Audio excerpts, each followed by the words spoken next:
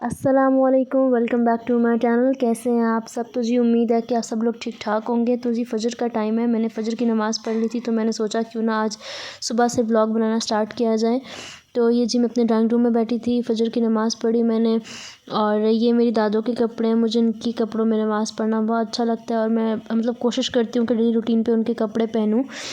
तो मैंने उनके जितने भी कपड़े थे वो सारे ट्राई किए हैं और सारे मैं नमाज़ में अक्सर जो है वो उनसे पढ़ती हूँ उनको पहन के, तो एक इंसान को सुकून सा मिलता है। तो ये जी आज का दिन बहुत टफ़ है क्योंकि मैं रात से सोई भी नहीं हूँ, मेरी तबीयत कुछ सही नहीं थी। और फिर मैंने कहा फ़जर की नमाज़ पढ़ के थोड़ी देर सो जाऊँगी, फिर उसके बाद जो ऑफ़िस का काम है या घर के जो काम है वो फिर साथ साथ देख लूँगी। तो इसकी वजह से थोड़ी मेरी आवाज़ भी अजीब हो रही है और थकन भी बहुत ज़्यादा हो रही है। तो अभी नमाज़ पढ़ के थोड़ी देर सोती हूँ, फिर उसके बाद इंशाल्लाह दोबारा अपना जो व्लॉग है वो कंटिन्यू करूँगी। तो जी रमज़ान स्टार्ट होने वाले हैं और रमज़ान स्टार्ट होने से पहले कुछ तैयारियां होती हैं घर में जो बंदा मतलब करता है। अक्सर ऐसा होता है कि रमज़ान से पहले हम पूरे घर की सफाई करते हैं, किचन की सफाई करते हैं। तो वो सब चीज़ें अभी चल रही हैं जी। और अभी मार्केट हम लोग गए थे ग्रॉसरी के लिए और कल फिर जाना है मार्केट। और बस यही रमज़ान की तैयारियां चल रही हैं और ये बहुत ही एक मज़े का पूरा मंथ होता है, मतलब इतना सुकून आता है इस मंथ में। और एक रूटीन बहुत अच्छी हो जाती है, आपकी डेली रूटीन जो होती है वो बहुत ही खूबसूरत हो जाती है। तो इंशाल्लाह मैं कोशिश करूँगी कि डेली व्लॉग बनाना स्टार्ट करूँ रमज़ान में भी। और ये मैं अपने ड्राइंग रूम में बैठी हुई थी। मैं अक्सर रात में ड्राइंग रूम में ही बैठी रहती हूँ क्योंकि मुझे नींद तो आती नहीं है, तो फिर मैं सारी रात इधर ही बैठी रहती हूँ। और ऐसा नहीं है कि मैं ऐसी जागती रहती हूँ क्योंकि मैं काम करती हूँ, ऑनलाइन काम करती हूँ, तो मैं अपने ऑफ़िस का काम जो होता है वो वहाँ ड्राइंग रूम पे बैठ के ही मतलब सोफ़े पे बैठती रहती हूँ, सारी रात वो करती रहती हूँ। और किसी दिन तो मुझे वैसे भी नींद नहीं आती क्योंकि वो ऐसा एक रूटीन बन जाती है ना इंसान की काम करते करते कि फिर वो रात को चाह के भी ना उसको नींद नहीं आ पा रही होती है।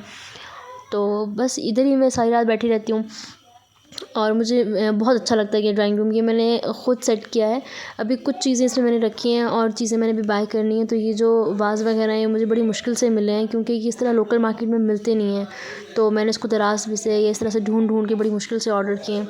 कुछ तो मैंने हटा दिए हैं क्योंकि बच्चे आ जाते हैं तो वो फिर चीज़ें जो है इधर उधर फेंक के तोड़ देते हैं, तो फिर बंदे को बहुत अफ़सोस होता है। इसलिए मैंने ये कुछ सीनरीज़ वगैरह हैं जो मैंने यहाँ लगाई थी, ये मैंने लोकल मार्केट से बाय की थी। 1-2 हैं जो मैंने ऑनलाइन मंगवाई थी और सारी मैंने ये लोकल मार्केट से ली थी।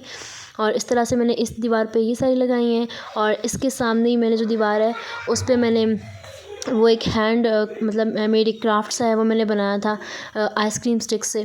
तो मैं आपको वो दिखाती हूँ, वो मैंने खुद बनाया था, मुझे बहुत अच्छा लगा था। तो वो मैंने बना के रखा हुआ है, लगाया हुआ है। तो वो उससे लुक जो है ना बहुत अच्छी हो रही है, पूरे ड्राइंग रूम की ना बहुत प्यारी लुक आ जाती है। तो अगर ड्राइंग रूम बड़ा हो तो इस तरह से सीनरीज़ वगैरह लगा के ना बहुत इन्हेंस हो जाती हैं। तो ये मैंने 2 बनाए थे, एक छोटा बनाया था, फिर मिड में एक बड़ा बनाया था और फिर साइड पे छोटा बनाया था। और ऐसा एक और मैंने ये ना बोर्ड के ऊपर बना के छोटा सा लगाया था, इसके ऊपर बटरफ्लाइज़ मैंने लगाई थी। और जो दूसरे वाला है उस पे मैंने बटरफ्लाइज़ नहीं लगाई क्योंकि मुझे वो ना सादा अच्छा लग रहा था। तो ये वाला तो मुझे वैसे ही मैंने ट्राई किया था इस पे, तो ये अच्छा बन गया तो मैंने लगा दिया इस पे। और जी अभी नमाज़ कंप्लीट करते हैं, नमाज़ कंप्लीट करने के बाद फिर थोड़ा सा सोऊंगी ताकि थोड़ी मैं फ़्रेश हो जाऊं, क्योंकि अगर मैं सारी रात जागती रही और अभी भी जागती रहूँगी तो फिर मैं कोई काम भी नहीं कर पाऊँगी नींद की वजह से। तो इसलिए मैं थोड़ी देर सोती हूँ, सोने के बाद फिर इंशाल्लाह अपना व्लॉग जो है दोबारा कंटिन्यू करूँगी। तो ये जी मैं पुलाव बना रही थी मम्मा के साथ, बना तो मम्मा रही हैं बस मैं हेल्प कर रही थी थोड़ी बहुत चीज़ों में। तो ये सारे प्याज मैंने काट के ब्राउन कर लिए थे। और क्योंकि रमज़ान आ रहा है तो रमज़ान से पहले भी हम लोग डेली रूटीन में ना 3-4 दिन छोड़ के तो हम लोग ऐसा करते हैं कि न्याज़ वगैरह बना के अब्बू कुरान पढ़ते हैं या घर में जो भी है कोई कुरान वगैरह पढ़ लेते हैं और फिर उस पर पढ़ के हम उसको बांट देते हैं न्याज़ को, तो इससे फिर थोड़ी बरकत होती है घर में। तो ये बाबा कुरान पढ़ रहे थे, मैं इनकी वीडियो बना रही थी, फिर ये बाजी कुरान पढ़ी थी, उनकी भी मैंने वीडियो रिकॉर्ड कर ली। उनको समझ नहीं आ रहा था ये क्या कर रही है, लेकिन मुझे मतलब ऐसा नहीं है कि हम कुरान पढ़ रहे हैं तो दिखा रहे हैं, लेकिन जब हम इतनी फ़ज़ूल चीज़ें दिखा सकते हैं अपने ब्लॉग में तो क्यों ना हम ऐसी चीज़ों को भी दिखाएँ। और ये जी ज़ैनब है, ये बहुत ही माशाल्लाह प्यारी होगी। अभी इसकी मैंने वीडियो एक पूरी रिकॉर्ड की, मैं वो भी इंशाल्लाह ब्लॉग एडिट करूँगी तो वो भी मैं डालूँगी।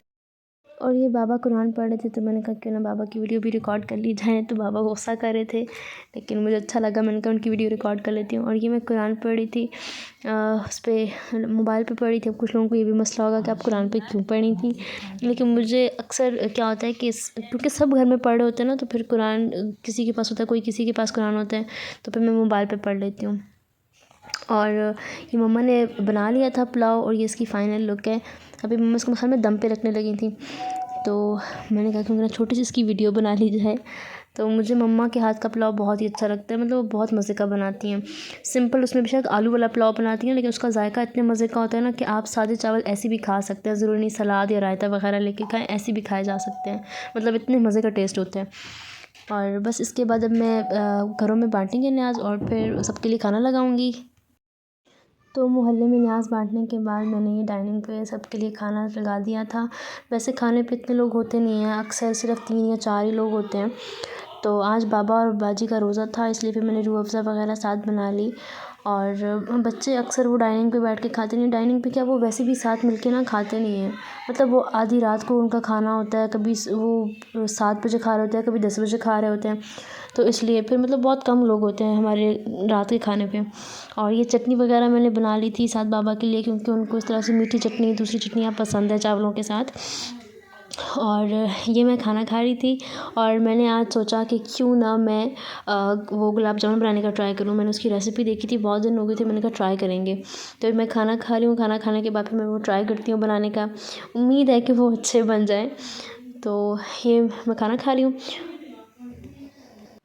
तो जी बाबा ने सही से खाना नहीं खाया था, क्योंकि वो चावल इतने सही से नहीं खाते, तो मैं उनके लिए रोटी बना रही हूँ। और ये साथ जो मैंने गुलाब जामुन ट्राई किए थे वो बन रहे हैं, और ये साथ मम्मा ने बाबा के लिए वो गोश्त वाला सालन बनाया था। तो ये बाबा की रोटी बन रही है।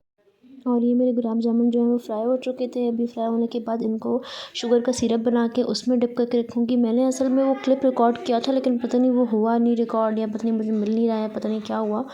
तो उसके बाद जो फाइनल लुक है ना, उसकी मुझे वीडियो मिली नहीं कहीं से।